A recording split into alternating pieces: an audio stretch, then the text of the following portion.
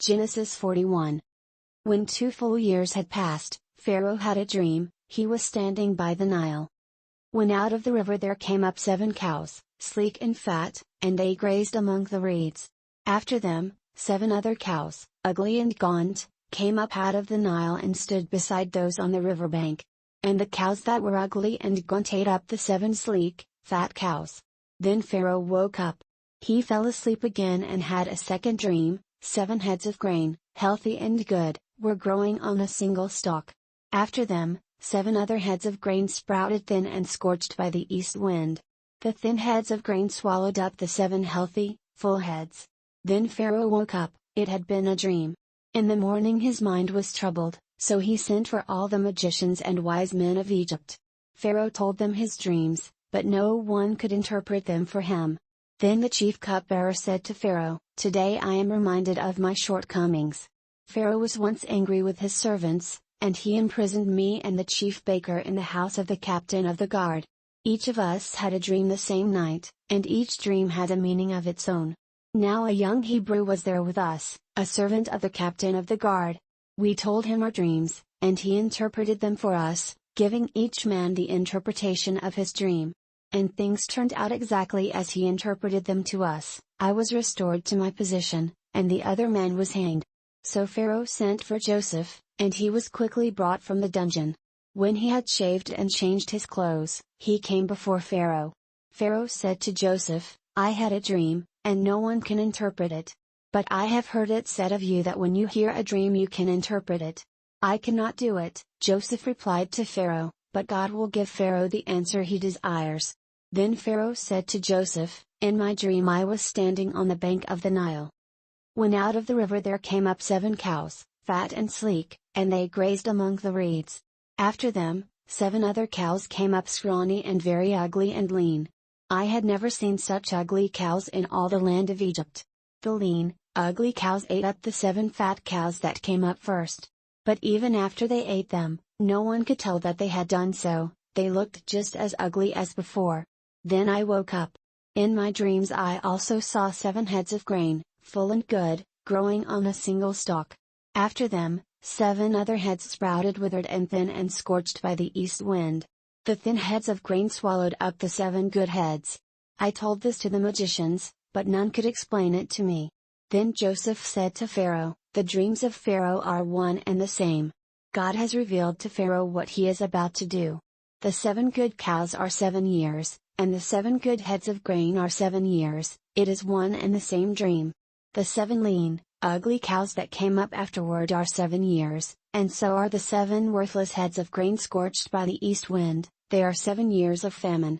It is just as I said to Pharaoh, God has shown Pharaoh what he is about to do. 7 years of great abundance are coming throughout the land of Egypt. But 7 years of famine will follow them. Then all the abundance in Egypt will be forgotten, and the famine will ravage the land. The abundance in the land will not be remembered, because the famine that follows it will be so severe. The reason the dream was given to Pharaoh in 2 forms is that the matter has been firmly decided by God, and God will do it soon. And now let Pharaoh look for a discerning and wise man and put him in charge of the land of Egypt. Let Pharaoh appoint commissioners over the land to take 1/5 of the harvest of Egypt during the 7 years of abundance. They should collect all the food of these good years that are coming and store up the grain under the authority of Pharaoh, to be kept in the cities for food. This food should be held in reserve for the country, to be used during the 7 years of famine that will come upon Egypt, so that the country may not be ruined by the famine." The plan seemed good to Pharaoh and to all his officials. So Pharaoh asked them, "Can we find anyone like this man, one in whom is the Spirit of God?" Then Pharaoh said to Joseph, "Since God has made all this known to you, there is no one so discerning and wise as you. You shall be in charge of my palace, and all my people are to submit to your orders. Only with respect to the throne will I be greater than you." So Pharaoh said to Joseph, "I hereby put you in charge of the whole land of Egypt." Then Pharaoh took his signet ring from his finger and put it on Joseph's finger. He dressed him in robes of fine linen and put a gold chain around his neck. He had him ride in a chariot as his second in command, and men shouted before him, "Make way." Thus he put him in charge of the whole land of Egypt. Then Pharaoh said to Joseph, "I am Pharaoh, but without your word no one will lift hand or foot in all Egypt." Pharaoh gave Joseph the name Zaphenath-Paneah and gave him Asenath daughter of Potipharah, priest of On, to be his wife. And Joseph went throughout the land of Egypt. Joseph was 30 years old when he entered the service of Pharaoh king of Egypt. And Joseph went out from Pharaoh's presence and traveled throughout Egypt. During the 7 years of abundance the land produced plentifully. Joseph collected all the food produced in those 7 years of abundance in Egypt and stored it in the cities. In each city he put the food grown in the fields surrounding it. Joseph stored up huge quantities of grain, like the sand of the sea. It was so much that he stopped keeping records because it was beyond measure. Before the years of famine came, 2 sons were born to Joseph by Asenath daughter of Potipharah, priest of On. Joseph named his firstborn Manasseh and said, "It is because God has made me forget all my trouble and all my father's household." The second son he named Ephraim and said, "It is because God has made me fruitful in the land of my suffering." The 7 years of abundance in Egypt came to an end. And the 7 years of famine began, just as Joseph had said. There was famine in all the other lands, but in the whole land of Egypt there was food. When all Egypt began to feel the famine, the people cried to Pharaoh for food. Then Pharaoh told all the Egyptians, "Go to Joseph and do what he tells you." When the famine had spread over the whole country, Joseph opened the storehouses and sold grain to the Egyptians, for the famine was severe throughout Egypt. And all the countries came to Egypt to buy grain from Joseph, because the famine was severe in all the world. Genesis 42. When Jacob learned that there was grain in Egypt, he said to his sons, "Why do you just keep looking at each other?" He continued, "I have heard that there is grain in Egypt. Go down there and buy some for us, so that we may live and not die." Then 10 of Joseph's brothers went down to buy grain from Egypt. But Jacob did not send Benjamin, Joseph's brother, with the others, because he was afraid that harm might come to him. So Israel's sons were among those who went to buy grain, for the famine was in the land of Canaan also. Now Joseph was the governor of the land, the one who sold grain to all its people. So when Joseph's brothers arrived, they bowed down to him with their faces to the ground. As soon as Joseph saw his brothers, he recognized them, but he pretended to be a stranger and spoke harshly to them. "Where do you come from?" he asked. "From the land of Canaan," they replied, "to buy food." Although Joseph recognized his brothers, they did not recognize him. Then he remembered his dreams about them and said to them, "You are spies. You have come to see where our land is unprotected." "No, my lord," they answered. "Your servants have come to buy food. We are all the sons of one man. Your servants are honest men, not spies."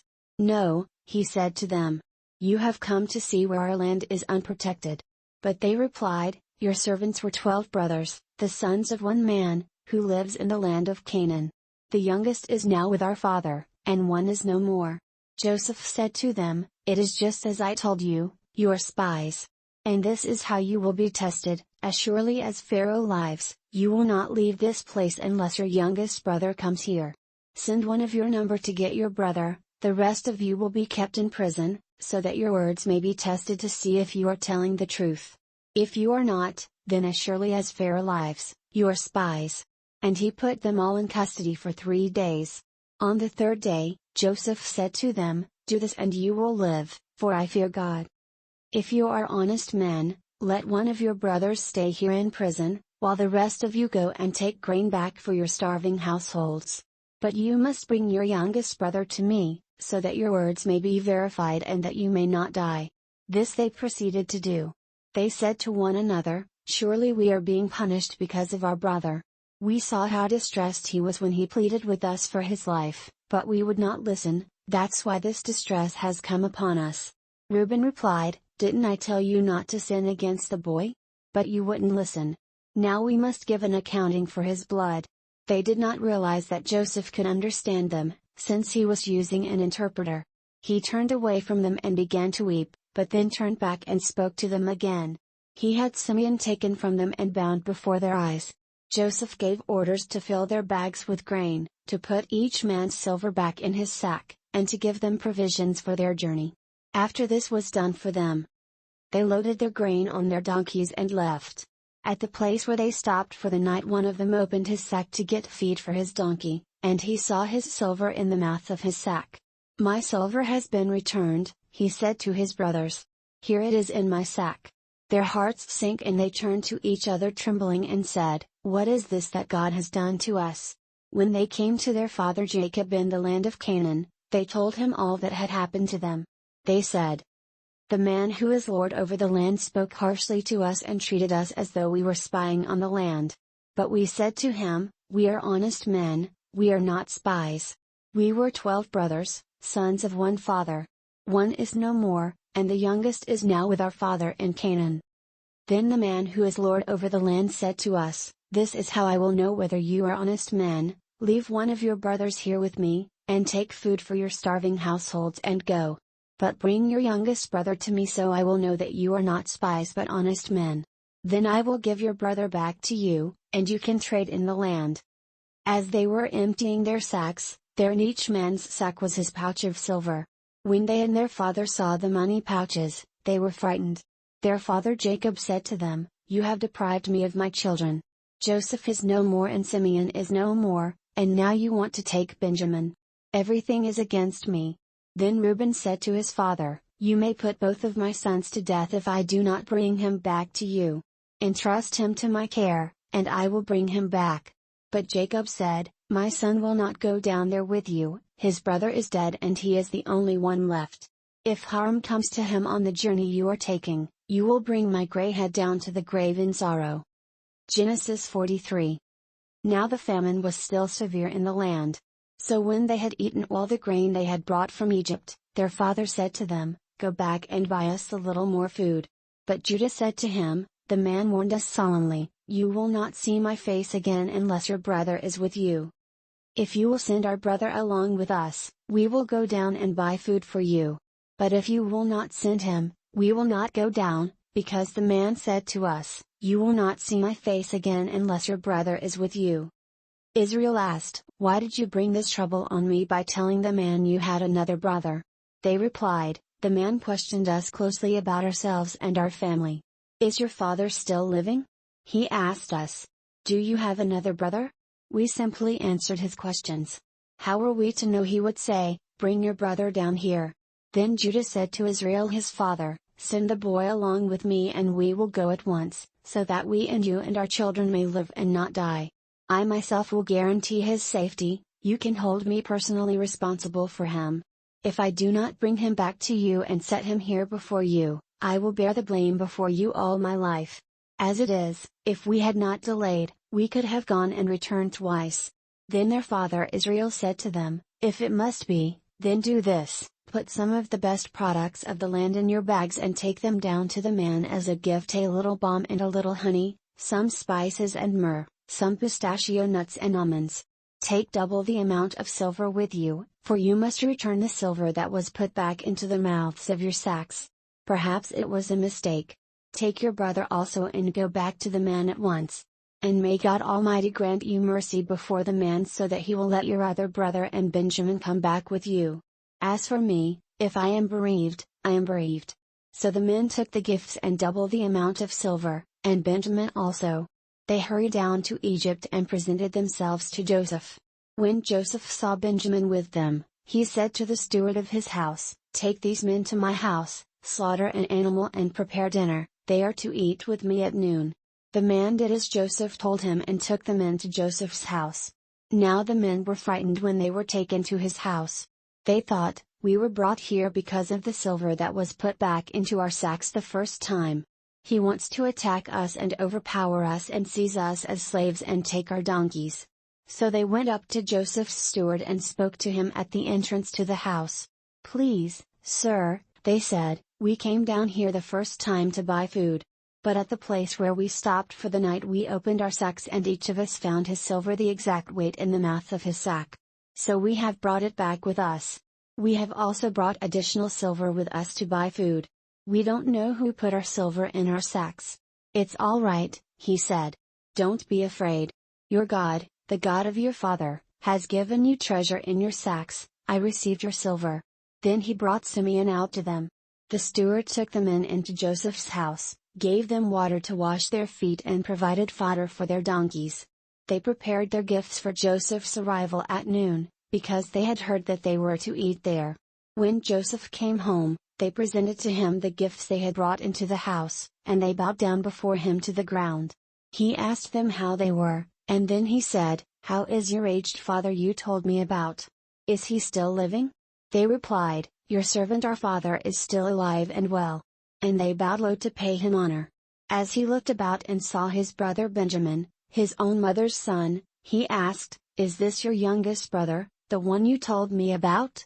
And he said, "God be gracious to you, my son." Deeply moved at the sight of his brother, Joseph hurried out and looked for a place to weep. He went into his private room and wept there. After he had washed his face, he came out and, controlling himself, said, "Serve the food." They served him by himself, the brothers by themselves, and the Egyptians who ate with him by themselves, because Egyptians could not eat with Hebrews, for that is detestable to Egyptians. The men had been seated before him in the order of their ages, from the firstborn to the youngest, and they looked at each other in astonishment. When portions were served to them from Joseph's table, Benjamin's portion was 5 times as much as anyone else's. So they feasted and drank freely with him. Genesis 44. Now Joseph gave these instructions to the steward of his house: "Fill the men's sacks with as much food as they can carry, and put each man's silver in the mouth of his sack. Then put my cup, the silver one, in the mouth of the youngest one's sack, along with the silver for his grain." And he did as Joseph said. As morning dawned, the men were sent on their way with their donkeys. They had not gone far from the city when Joseph said to his steward, "Go after those men at once, and when you catch up with them, say to them, 'Why have you repaid good with evil? Isn't this the cup my master drinks from and also uses for divination? This is a wicked thing you have done.'" When he caught up with them, he repeated these words to them. But they said to him, "Why does my lord say such things? Far be it from your servants to do anything like that. We even brought back to you from the land of Canaan the silver we found inside the mouths of our sacks. So why would we steal silver or gold from your master's house? If any of your servants is found to have it, he will die, and the rest of us will become my lord's slaves." "Very well, then," he said, "let it be as you say. Whoever is found to have it will become my slave, the rest of you will be free from blame." Each of them quickly lowered his sack to the ground and opened it. Then the steward proceeded to search, beginning with the oldest and ending with the youngest. And the cup was found in Benjamin's sack. At this, they tore their clothes. Then they all loaded their donkeys and returned to the city. Joseph was still in the house when Judah and his brothers came in, and they threw themselves to the ground before him. Joseph said to them, "What is this you have done? Don't you know that a man like me can find things out by divination? What can we say to my lord?" Judah replied, "What can we say? How can we prove our innocence? God has uncovered your servant's guilt. We are now my lord's slaves, we ourselves and the one who was found to have the cup." But Joseph said, "Far be it from me to do such a thing. Only the man who was found to have the cup will become my slave. The rest of you, go back to your father in peace." Then Judah went up to him and said, "Please, my lord, let your servant speak a word to my lord. Do not be angry with your servant, though you are equal to Pharaoh himself. My lord asked his servants, 'Do you have a father or a brother?' And we answered, 'We have an aged father, and there is a young son born to him in his old age. His brother is dead, and he is the only one of his mother's sons left, and his father loves him.' Then you said to your servants, 'Bring him down to me so I can see him for myself.' And we said to my lord, 'The boy cannot leave his father, if he leaves him, his father will die.' But you told your servants, 'Unless your youngest brother comes down with you, you will not see my face again.' When we went back to your servant my father, we told him what my lord had said. Then our father said, 'Go back and buy a little more food.' But we said, 'We cannot go down. Only if our youngest brother is with us will we go. We cannot see the man's face unless our youngest brother is with us.' Your servant my father said to us, 'You know that my wife bore me 2 sons. One of them went away from me, and I said, he has surely been torn to pieces. And I have not seen him since. If you take this one from me too and harm comes to him, you will bring my gray head down to the grave in misery.' So now, if the boy is not with us when I go back to your servant my father, and if my father, whose life is closely bound up with the boy's life, sees that the boy isn't there, he will die. Your servants will bring the gray head of our father down to the grave in sorrow. Your servant guaranteed the boy's safety to my father. I said, if I do not bring him back to you, I will bear the blame before you, my father, all my life. Now then, please let your servant remain here as my lord's slave in place of the boy, and let the boy return with his brothers. How can I go back to my father if the boy is not with me? No. Do not let me see the misery that would come upon my father. Genesis 45. Then Joseph could no longer control himself before all his attendants, and he cried out, "Have everyone leave my presence." So there was no one with Joseph when he made himself known to his brothers. And he wept so loudly that the Egyptians heard him, and Pharaoh's household heard about it. Joseph said to his brothers, "I am Joseph. Is my father still living?" But his brothers were not able to answer him, because they were terrified at his presence. Then Joseph said to his brothers, "Come close to me." When they had done so, he said, "I am your brother Joseph, the one you sold into Egypt. And now, do not be distressed and do not be angry with yourselves for selling me here, because it was to save lives that God sent me ahead of you. For 2 years now there has been famine in the land, and for the next 5 years there will not be plowing and reaping. But God sent me ahead of you to preserve for you a remnant on earth and to save your lives by a great deliverance. So then, it was not you who sent me here, but God. He made me father to Pharaoh, lord of his entire household and ruler of all Egypt. Now hurry back to my father and say to him, 'This is what your son Joseph says, God has made me lord of all Egypt. Come down to me, don't delay. You shall live in the region of Goshen and be near me, you, your children and grandchildren, your flocks and herds, and all you have. I will provide for you there, because 5 years of famine are still to come. Otherwise you and your household and all who belong to you will become destitute.' You can see for yourselves, and so can my brother Benjamin, that it is really I who am speaking to you. Tell my father about all the honor accorded me in Egypt and about everything you have seen. And bring my father down here quickly." Then he threw his arms around his brother Benjamin and wept, and Benjamin embraced him, weeping. And he kissed all his brothers and wept over them. Afterward his brothers talked with him. When the news reached Pharaoh's palace that Joseph's brothers had come, Pharaoh and all his officials were pleased. Pharaoh said to Joseph, "Tell your brothers, do this, load your animals and return to the land of Canaan. And bring your father and your families back to me. I will give you the best of the land of Egypt and you can enjoy the fat of the land."